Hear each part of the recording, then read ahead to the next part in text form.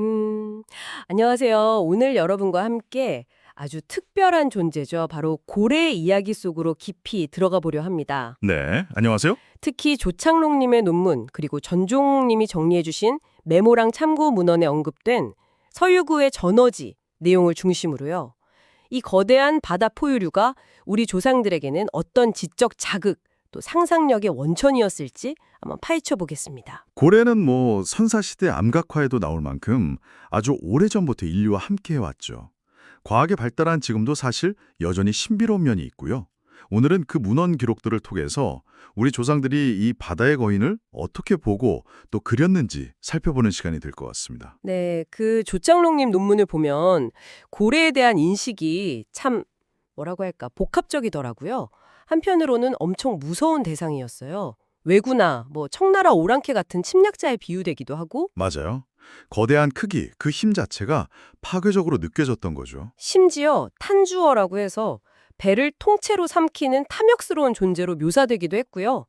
이익의 글에 나오는 그 고래 뱃속에서 어부가 칼로 창자를 그어서 살아나왔다는 이야기는 어우, 정말 공포스럽죠. 그 거대함이 주는 압도적인 힘, 그게 바로 공포의 근원이었겠죠.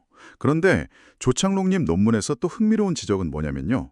바로 그 거대한 고래가 아주 작은 존재들, 예를 들면 솔피, 그러니까 해랑이나 심지어 개미한테 공격받아서 희생되는 모습으로도 그려진다는 거예요. 아, 정말요? 거대한 존재가 오히려 네, 그렇죠. 가이라는 사람의 글을 인용하면서 힘과 취약성이 공존하는 어떻게 보면 참 역설적인 양면성을 보여준다고 분석하죠. 이게 고래를 이해하는 중요한 부분 같아요. 와, 그런 양면성이라니 정말 흥미롭네요. 그런데 고래가 두려움이나 연민의 대상만은 아니었잖아요. 그럼요. 전종욱 님이 짚어주신 그 전어지, 특히 이곳 내용을 보면 고래는 엄청난 실용적 가치를 지닌 동물이었습니다. 이용 후생의 동물이라고 할 만하죠. 네, 맞습니다. 전어지에서 소유구는 고래의 종류, 생태, 그리고 포획법, 또 다양한 용도까지 아주 상세하게 기록해놨어요. 포획법까지요. 네. 근데 이제 포획법은 주로 일본 자료, 예를 들면 화한삼재도회 같은 걸 인용한 거긴 합니다. 이걸 보면 아마도 당시 조선의 고래잡이 기술이 일본에 비해서는 상대적으로 덜 발달하지 않았나, 그렇게 짐작해 볼 수도 있겠죠. 아하, 그렇군요. 서유구는 고래 한 마리를 얻으면 그 이익이 한 지역에 넘친다. 이렇게 표현할 정도로 경제적 가치를 아주 높게 봤어요. 한 마리가 한 지역을 먹여 살릴 정도라니 대단했네요. 그렇죠. 고래 기름은 등불 연료로 필수적이었고 고기나 뼈, 수염까지 하나 버릴 게 없었으니까요. 심지어 그 용연향이라고 향유고래 창자 속에서 나오는 덩어리인데 이게 아주 귀한 약재이자 향료였거든요. 용연향이요. 아, 들어본 것 같아요. 정말 바다에 보물이 따로 없었네요. 네, 맞아요. 그야말로 바다의 보물이었죠. 이렇게 실용적인 가치도 대단했지만 상상력의 바다에서도 고래는 정말 자유롭게 헤엄쳤던 것 같아요. 조창록님 논문을 다시 보면 경랑이나 경파처럼 고래가 거대한 파도, 더 나아가 바다 그 자체를 상징하기도 했고요. 네, 아주 웅장한 이미지죠. 또 이백이나 최치원 같은 신선 같은 인물들이 고래를 타고 다녔다는 그런 신비로운 이야기까지 등장하잖아요. 그렇죠. 문학적 상상력이 더해진 건데요. 대표적인 예가 아마 술고래라는 표현일 겁니다. 아, 맞다. 술고래. 지금도 정말 많이 쓰는 말인데 그게 고래에서 온 거군요. 네, 그 어원이 이렇게 오래됐어요. 또 그 두보가 200의 시를 충찬하면서 고래가 100개의 하천을 들이마시는 듯하다 이렇게 표현한 데서 유래한 경력이라는 말도 있죠. 뛰어난 문장력을 의미하게 된 거고요. 그만큼 고래라는 존재 자체가 상상력을 막 자극하는 촉매제였던 겁니다. 와, 정말 재미있네요. 그럼 실제로 고래를 바다에서 마주쳤을 때 그 경험은 어땠을까요?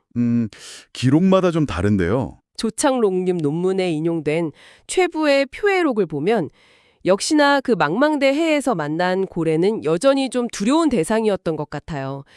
배를 삼킬 듯하다는 표현에서 그 공포감이 느껴지죠. 네, 바다 한가운데서 그런 거대한 생명체를 보면 당연히 두려웠겠죠. 그런데 김진남이라는 분이 쓴 장경행이라는 시는 분위기가 사뭇 다릅니다. 이건 정말 감동적이에요. 감동적이요? 어떤 내용인데요? 해운대 앞바다에서 본 고래의 모습을 묘사하는데요. 산처럼 솟구치고 융처럼 잠수하며 붕새처럼 날아오른다. 와, 정말 역동적이죠? 이건 단순한 묘사가 아니라 그 거대함 앞에서 느끼는 어떤 경외감, 숭고함 같은 게 담겨 있어요. 산처럼 솟구치고 용처럼 잠수하고 와, 상상만 해도 압도적이네요. 심지어 김지남은 이 장관을 보면서 늙고 병든 자신을 위로해주는 하늘의 선물, 위참오도로종이라고까지 표현했어요. 깊은 감동을 받은 거죠. 살아있는 고래가 그런 경애와 감동을 줬다면 그럼 해안가로 밀려온 죽은 고래는 또 다른 의미가 있었겠네요. 그렇죠. 양사원이나 유숙 같은 분들의 시를 보면 죽은 고래를 해체하는 장면이 나오거든요. 이건 뭐 단순한 구경거리가 아니에요. 공동체 전체에 엄청난 이익을 가져다주는 그야말로 경이로운 횡재로 그려집니다. 횡재요? 네, 시에 보면 300고을 백성이 실컷 먹고도 남는다. 이런 표현이 나올 정도니까요. 그 규모를 짐작할 수 있죠. 와, 300고을이 먹고도 남을 정도라니. 네, 아무래도 직접 잡긴 어려웠던 시대니까 조선시대에는 이렇게 떠밀려온 고래가 정말 큰 축복이었을 겁니다. 물론 때로는 관리가 그 이익을 독점해서 백성들에게 오히려 폐해가 되었다는 기록도 있어서 마냥 긍정적인 면만 있었던 건 아니지만요. 그런 면도 있었군요. 역시 현실은 복잡하네요. 네, 이처럼 고래를 둘러싼 인식과 현실은 굉장히 복합적이었습니다. 오늘 이렇게 조창록님의 논문과 또 전종옥님이 제시해 주신 전어지의 기록들을 통해서 고래라는 존재에 투영되었던 우리 조상들의 시선을 따라가 봤습니다. 두려움과 경외심, 또 실용적인 필요와 끝없는 상상력까지 참 다채로운 이야기였던 것 같아요. 여러분은 어떠셨나요? 오늘날 우리는 고래를 주로 과학적인 지식이나 어떤 보호의 대상으로 바라보잖아요.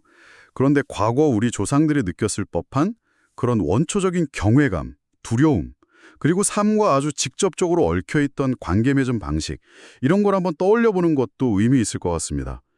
바다의 가장 큰 생명체를 마주했을 때 인간의 마음속에서 펼쳐졌던 그 지적인 충격과 상상력의 깊이, 그 복합적인 감정의 결을 여러분도 한번 음미해 보시면 좋겠습니다.